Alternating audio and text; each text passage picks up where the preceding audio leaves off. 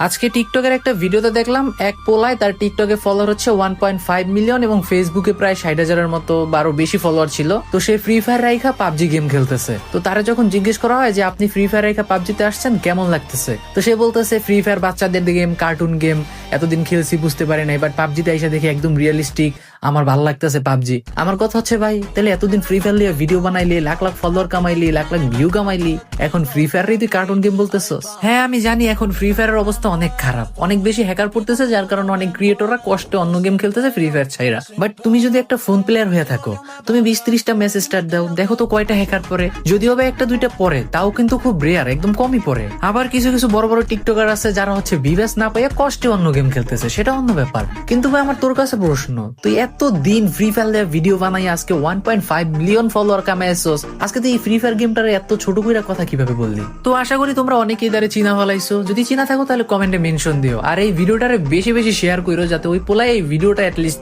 দেখে। আর তার মতো অনেক ক্রিয়েটর আছে যারা ফ্রি ফায়ার ছেড়ে পাবজিতে যাইতেছে, তাদেরকে ওই ভিডিওটা দেখার একটু সুযোগ করে দিও। ফ্রি ফায়ারের খারাপ সময় এখন আছে, বাট একটা সময় ঠিক হয়ে যাবে, সেটার জন্য আমাদেরকে ধৈর্য ধরতে হবে।